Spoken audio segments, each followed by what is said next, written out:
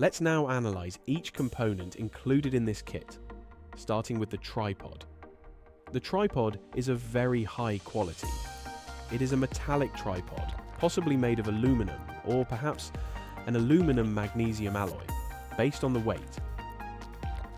It allows the legs to open in two positions, one with a wider and another with a narrower angle.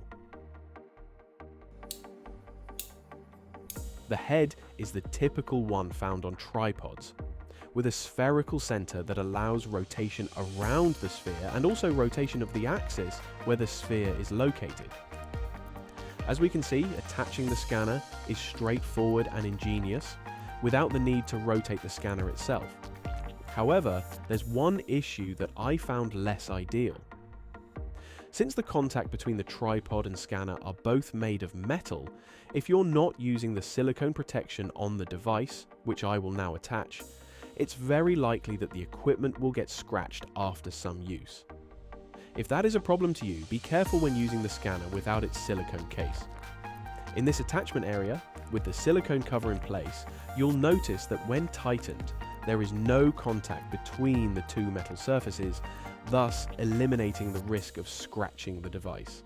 I'll take the opportunity to show you the rotation that can be achieved around the axis, which I called Z, as well as the oscillation and rotation possible thanks to the tripod's spherical head. This allows for all necessary movements to position the scanner relative to the object. Depending on the scanner's position, as in this case, the tripod can become a bit unstable. In such cases, it's possible to extend the legs further using two buttons at the base. These extendable telescopic rods allow the tripod to become more stable. Now, moving on to the silicone protection. This is not just a cover to protect the device. I must say that without this accessory, the scanner is quite hard to hold.